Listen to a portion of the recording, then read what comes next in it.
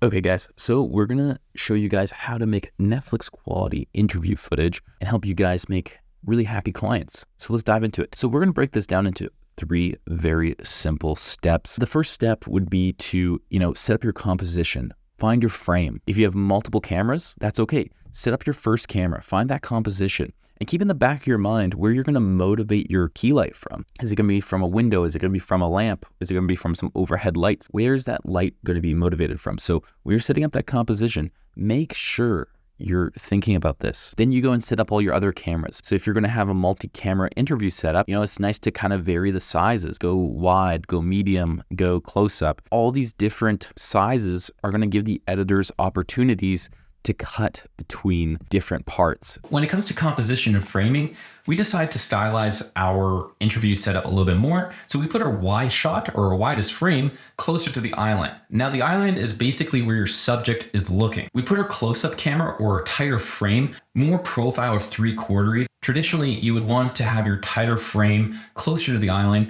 so that the characters can connect with their audience. But we decide to stylize it for whatever reason. When setting up the frame, I always look for tons of depth within that frame. I like to separate my subject from the background, the foreground, and the midground just to have those layers of depth, and that's what creates an interesting frame. When you have a subject right against a wall, it flattens out the image a lot and doesn't look too good. So you want to place your subject either in a hallway where there's tons of depth or near windows or in the middle of a room.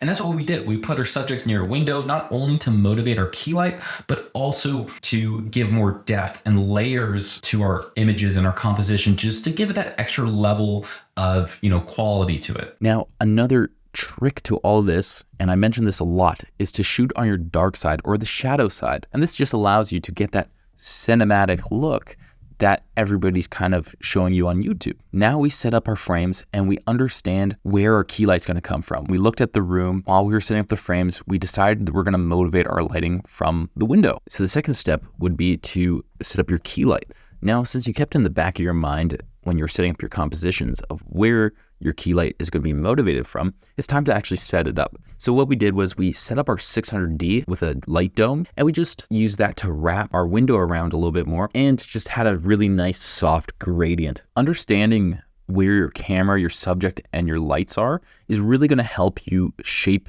your frames really nicely. We always put our cameras on the dark side or key light on the far side. So that would be the opposite side of camera. And that was just so that we could hold contrast. It just allowed us not to flatten out the image and to get that really high quality look that, everybody's after. So that's honestly the secret sauce, guys, is, shooting on the shadow side and really looking at the world around you and seeing where you can motivate your key light from, because that's what's going to make it feel really, really natural. Now, the next step would be to set up your backlight and your fill light. And for most part, we didn't actually set up a fill light at all, just because there was already so much light bouncing around the room. So what we would do is we would just bring in some negative fill, which is some black fabric called duvetine. That was just to basically control the light, absorb the light, and bring in a little bit more shadow and contrast into our frames, because shadow and contrast is what's going to be that secret sauce that you guys are looking for. Now, all these other steps that I'm telling you about, setting up your position of your camera, your lights, is just to give you a fighting chance for that contrast. And for the shadow, you're probably going to have to bring in some negative fill just to, bring in some more shadow, because light just bounces around like crazy. So you really got to control it.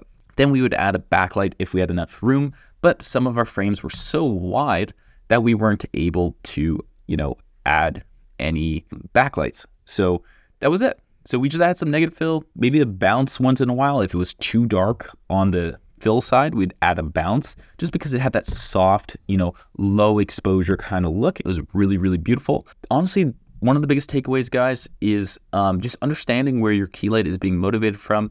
And then, you're shooting on the dark side or the fill side where there's, a lot of shadow and contrast, because this was going to, create that 3-dimensional look.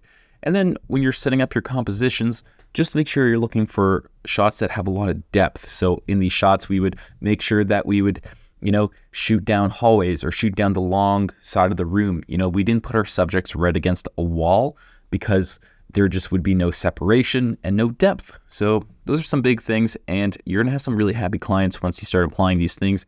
And you're going to have some great demo reel footage. So I'm excited for what you guys shoot. I hope you guys enjoyed this video, I'll see you guys in the next one. See you later.